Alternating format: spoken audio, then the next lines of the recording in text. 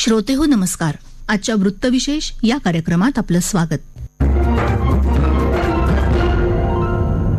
श्रोतेहो, मुंबईत 4 जुलै म्हणजे गेल्या मंगळवारपासून 2 दिवसीय G20 research and innovation initiative summit अर्थात G20 संशोधन आणि नवोन्मेष उपक्रम परिषदेचं आयोजन करण्यात आलं होतं.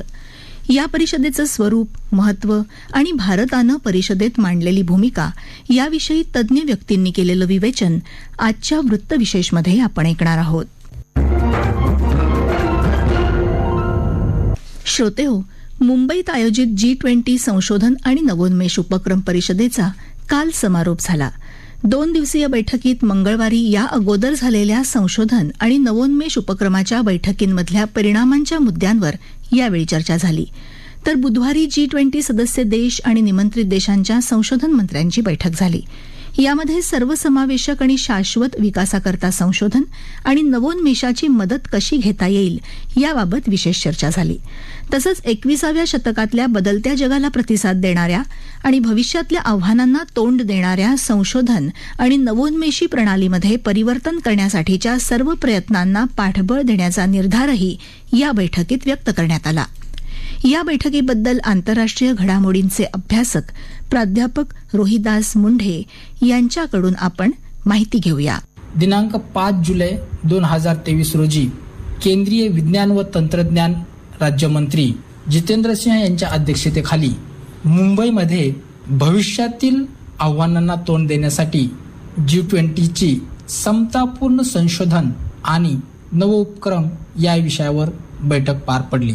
या बैठकीमध्ये जे प्रमुख विषय चर्चिले गेले त्यामध्ये शाश्वत ऊर्जेशी संसाधने, चक्रकार जैव अर्थव्यवस्था, ऊर्जा संक्रमणासाठी पर्यावरण नवोपक्रम आणि शाश्वत नील अर्थव्यवस्था हे विषय प्रामुख्याने चर्चिले गेले.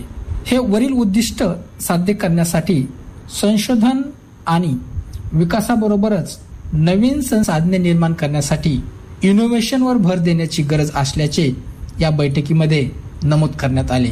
भारताला खूप मोठा सागरी किनारा लाभला असल्याकारणाने महासागरावर आधारित अर्थव्यवस्था करण्यासाठी आंतरराष्ट्रीय समन्वय आणि सहकार्य, त्याबरोबरच सागरी संशोधन व निरीक्षण करून त्याची क्षमता वाढवण्यावर भर दिला पाहिजे असेही या बैठकीमध्ये ठरवण्यात आले.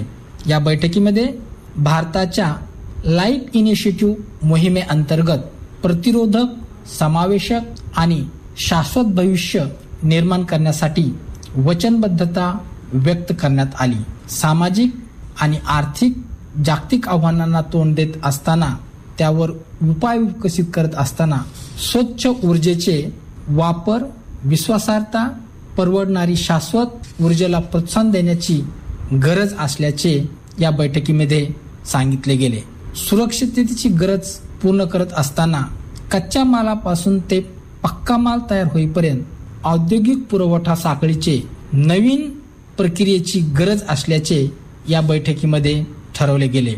G20च्या मोबिलिटी उपक्रमांतर्गत संशोधन मंत्री परिषदेमध्ये वेगवेगळ्या देशातील विद्यार्थी, संशोधक आणि विज्ञान यांच्यामध्ये देवाणघेवाण उपक्रमावर भर दिला जावा, त्याबरोबरच त्यांच्या ज्ञानाचा सोसायटीसाठी उपयोग व्हावा हेही मुद्दे या बैठकीत चर्चिले गेले.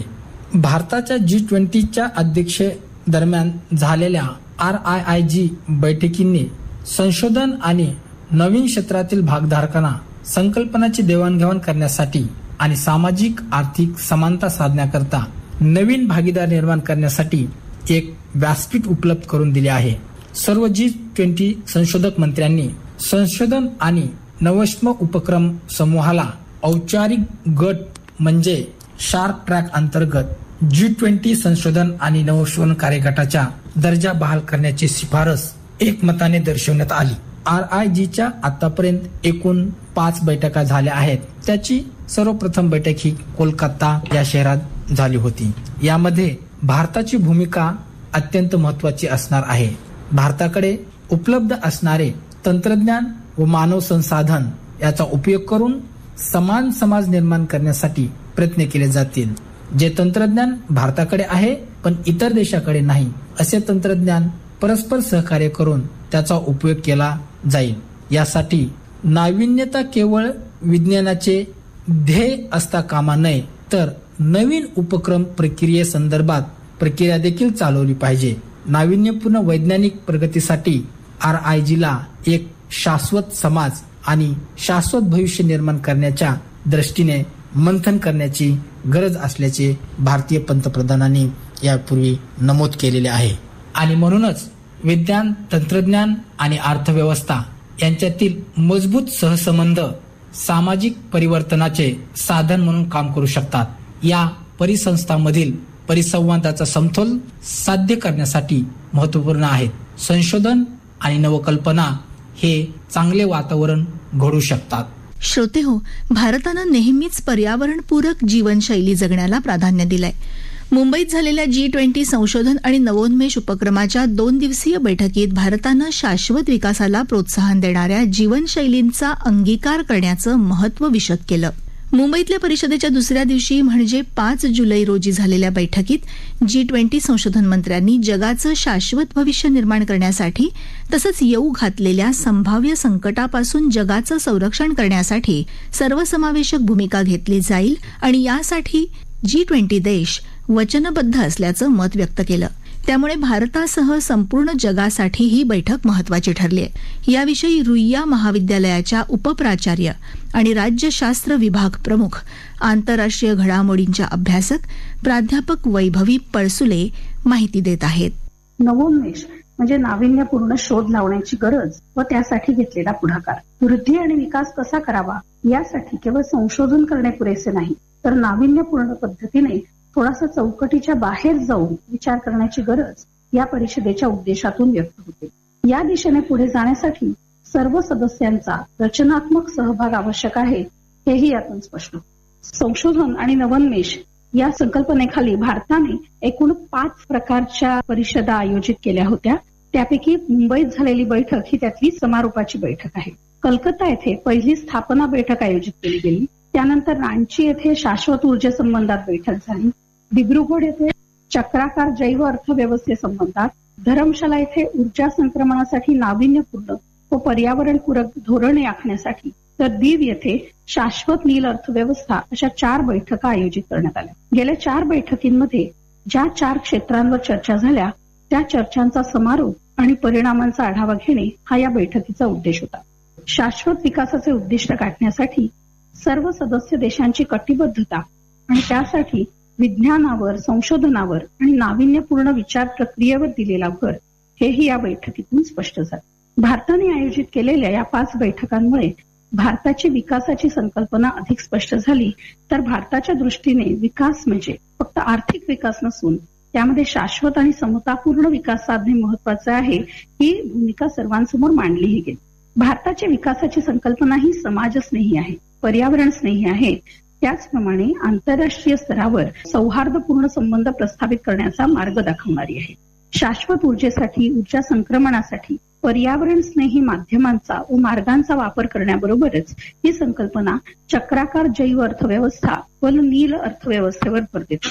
चक्राकार जैव अर्थव्यवस्था म्हणजे उत्पादन आणि उपभोगाचे असे प्रतिमान ज्यामध्ये वस्तूंच्या पुनर्वापरावर, नूतनीकरणावर, दुरुस्तीवर भर देऊन विद्यमान साधन संपत्ती जास्तीत जास्त काळासाठी वापरात आणणे. दुसरी महत्वाची संकल्पना आहे ती आहे नील अर्थव्यवस्था, म्हणजे आर्थिक विकासासाठी सागरी स्रोतांचा जास्तीत जास्त वापर करणे. भारतासारख्या सागरी किनारा लाभलेल्या देशांसाठी येत्या काळात नील अर्थव्यवस्था अधिकाधिक महत्वाची ठरणार आहे. जागतिक तापमान वाढ ही सगळ्यांनाच भेडसावत असणारी समस्या आहे आणि या तापमान वाढीचा सागरी परिसंस्थेवर अत्यंत प्रतिकूल परिणाम होतो आहे. सागरी परिसंस्थांचे संरक्षण करून या सागरी स्रोतांचा शाश्वत विकासासाठी कशा पद्धतीने वापर करता येईल यावर संशोधन होणे गरजेचे आहे, हे या G20 परिषदेच्या निमित्ताने भारताने अधोरेखित केले. सागर संपत्तीवर केवळ हक्क प्रस्थापित करण्याऐवजी सागर संपत्तीचा योग्य आणि न्याय्य पद्धतीने कसा वापर करता येईल यासाठी सर्वच देशांनी धोरण आखणे गरजेचे आहे, हे भारताने आग्रहाने मांडले. नील अर्थव्यवस्थेसंबंधीच्या भारताच्या धोरणात आर्थिक विकासाबरोबरच पर्यावरणाची सुरक्षा आणि राष्ट्रीय सुरक्षा याचाही समावेश आहे. ही भारताची भूमिका यावेळी अधिक स्पष्ट झाली. नील अर्थव्यवस्थेचा शाश्वत पद्धतीने विकास करण्यासाठी प्रचंड आर्थिक गुंतवणुकीची आणि पर्यायाने सर्वच देशांच्या सहकार्याची गरज आहे. या भारताच्या भूमिकेला G20च्या सदस्य देशांनी दिलेले अनुमोदन यामुळे या धोरणाच्या दिशेने निश्चित काही पावले टाकली जातील आणि ती तशी टाकली गेली तर हे या परिषदेचे फलित ठरेल. शाश्वत विकासाला प्राधान्य देणाऱ्या अनेक योजना भारत सातत्याने राबवतो आहे. त्याच धर्तीवर G20च्या सदस्य देशांनीही शाश्वत भविष्य निर्माण करण्याची वचनबद्धता यावेळी व्यक्त केली. शाश्वत विकासाची गरज ही त्या देशाची वैयक्तिक गरज नसून ती एक जागतिक गरज आहे हे लक्षात घेऊन त्यासाठी समन्वय, सुरक्षित विज्ञान सहकार्याची गरज आहे हेही या सदस्यांनी मान्य केले. शाश्वत जैव अर्थव्यवस्था आणि नील अर्थव्यवस्था ही उद्दिष्टे साध्य करण्यासाठी विज्ञान, तंत्रज्ञान आणि संशोधन यांच्या आदान प्रदानाची खूप गरज आहे आणि त्यासाठी आंतरराष्ट्रीय सहकार्य आणि समन्वय गरजेचा आहे हे त्यानिमित्ताने स्पष्ट झाले. या प्रक्रियेमध्ये तरुण वर्गाचे महत्वाचे योगदान लक्षात घेता उच्च शिक्षणामध्ये संशोधनावर भर देणे व जागतिक स्तरावर विविध क्षेत्रात काम करणारे विद्यार्थी, संशोधक, शास्त्रज्ञ यांनी एकत्र येऊन काम करणे याची गरजही भारताने मांडली. भारताने आग्रहाने मांडलेल्या या सर्व मुद्द्यांना G20 सदस्य गटाने एकमताने दाखवलेली सहमती हे या परिषदेचे यश म्हणता येईल. भारताने आग्रहाने मांडलेले हे जे मुद्दे आहेत या मुद्द्यांचा उहापोह करण्यासाठी आणि हे मुद्दे प्रत्यक्षात आणण्यासाठी केंद्र सरकारने खूप मोठी आणि महत्वाची धोरणं राबवलेली आहेत. आपल्याला असं दिसतं की केंद्र सरकारची दृष्टी ही भविष्य काळाकडे बघणारी आहे आणि त्यामुळे अगदी नवीन शैक्षणिक धोरणाबरोबरच म्हणजे नवीन शैक्षणिक धोरणात अनेक संशोधनाला महत्व देऊन अनेक प्रकारच्या कला विकसित करणे, अनेक प्रकारचे स्किल्स विकसित करणे याबरोबरच आत्मनिर्भर भारताच्या माध्यमातून किंवा या योजनेच्या माध्यमातून इतर देशातले उद्योग भारतामध्ये आणून भारतासाठी उद्योग निर्मिती करणे ही जी शाश्वत आहे म्हणजे शाश्वत विकास हा आजच्या तरुण वर्गाला पुढचं भविष्य हे कसं अधिकाधिक फलदायी ठरेल यासाठी केला जाणारा विकास आहे. त्यामुळे सरकारचं धोरण हे सगळ्यांचा विकास लक्षात घेऊन आखलेलं आहे हे आपल्याला यातून दिसून येतं. G20च्या या परिषदेसाठी सदस्य राष्ट्रांबरोबरच सहभागी राष्ट्र सुद्धा आलेली आहेत. ही तुलनात्मक दृष्ट्या इतर G20 सदस्य राष्ट्रांपेक्षा अविकसित आहे. पण या सहभागी राष्ट्रांना यामध्ये समावेश करून विकास हा केवळ विकसित देशांपुरताच मर्यादित नसून हा सगळ्या जगाचा विकास यामध्ये अभिप्रेत आहे. त्यामुळे त्यामध्ये सागरी किनारा लाभलेली राष्ट्र आहेत की ज्यांच्या विकासासाठी या नील अर्थव्यवस्थेचा उपयोग होणार आहे आणि त्यामुळे त्या देशांना आपल्यामध्ये सामावून घेऊन हा विकास म्हणजे शाश्वत विकास हा परत आपल्यापुरता विकास नसून हा सर्व समावेशकही असायला हवा. यासाठी या सदस्य देशांबरोबरच या इतर देशांना आमंत्रित करून भारताने हे दाखवून दिलंय की सगळ्यांचा एकत्रित प्रयत्न हे शाश्वत विकासाला पूरक ठरणार आहेत. श्रोते हो, भारतानं आपल्या G20 शिखर परिषदेच्या अध्यक्षपदाच्या कार्यकाळात 2023 या वर्षात समतोल आणि समान समाजासाठी संशोधन आणि नवोन्मेष हीच संकल्पना आग्रहानं पुढे नेली. भारतानं वर्ष 2023 मध्ये एकूण 5 संशोधन आणि नवोन्मेष बैठकांचं यशस्वी आयोजन केलंय. मुंबईत झालेली बैठक त्याचाच एक भाग होती. श्रोते हो, आपला वृत्तविशेष हा कार्यक्रम आपण न्यूज ऑन AIR या ॲपवरही लाईव्ह ऐकू शकता आणि तसंच आमच्या मुंबई एअर न्यूज या YouTube वाहिनीवर कार्यक्रमाचं ध्वनिमुद्रण आपल्याला कधीही ऐकता येईल. श्रोते हो, याबरोबरच आजचा वृत्तविशेष हा कार्यक्रम संपला. हा कार्यक्रम आकाशवाणी मुंबईच्या प्रादेशिक वृत्त विभागानं सादर केला. संपादक आणि सादरकर्त्या सरस्वती कुळेकर, निर्मिती राजेश शेजवळे, लेखन आणि समन्वय मनीष कुलकर्णी, निवेदन राजश्री आगाशे.